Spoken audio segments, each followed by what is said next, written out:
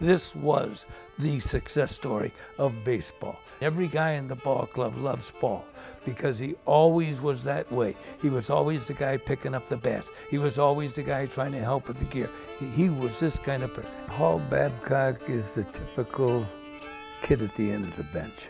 You know, he's the kind of kid that I think is on maybe on every team or every coach experiences once in his lifetime, twice in his lifetime. He came to the University of St. Francis as a football player that wanted to go out for baseball. The big thing that he could do, he could run and he could read pitchers, and that is a gift in itself.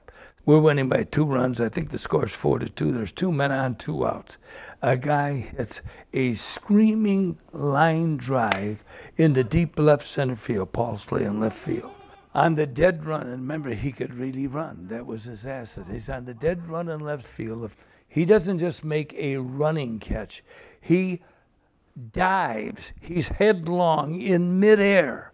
In midair. I've never seen a greater catch anywhere in any baseball game, anywhere. This catch was the game-saving catch of the century. All right, as far as we were concerned, it's the only championship that St. Francis ever won. We've been in the World Series many, many times, but it never brought home the bacon. What's the Paul Babcock story?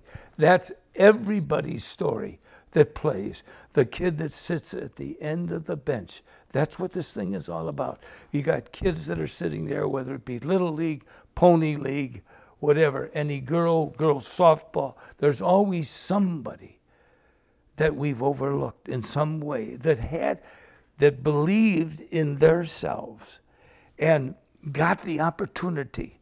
But that moment, I remember feeling like I can do anything. This guy gave me that much confidence just to accomplish whatever I want in life. Even to this day, I will try and use the same techniques with my players.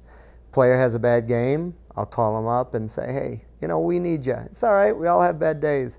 They do something that I think is extraordinary, I'll do the exact same thing. There's so many things that he's taught me that I knew how that made me feel, and I want to try and help other kids feel that way as well. Coach Gillespie, who saw me playing as a baseball player, but he saw something in me I didn't see in myself. I had no idea that he saw me as a basketball player. I was a baseball player. He taught me things about the sport. He taught me things about myself. He taught me how to live, really. Ted Williams and Ed Spiezia are 2 smartest players I've ever talked to about hitting. First time I meet him, I'm a college coach. He said to me, Gordy, what do you think about hitting? But then he would go in with the kids, the football players, and talk to different individuals who were seniors and leaders on the team. Okay, on defense in the secondary, I see we're having a problem. Matt, what is it? What do you see? And Matt would say something. Jim, on the line, we're not doing something. How do you see this? The quarterback, he'd do the same thing.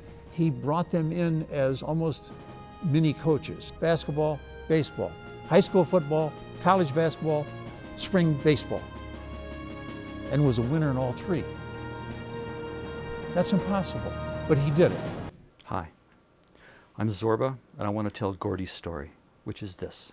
He has the ability to go to that kid at the end of the bench, reach down inside of him, find the best thing about him, bring it up, show it to him, get him to embrace it, but more importantly, get him to want to do the same for another kid down the road.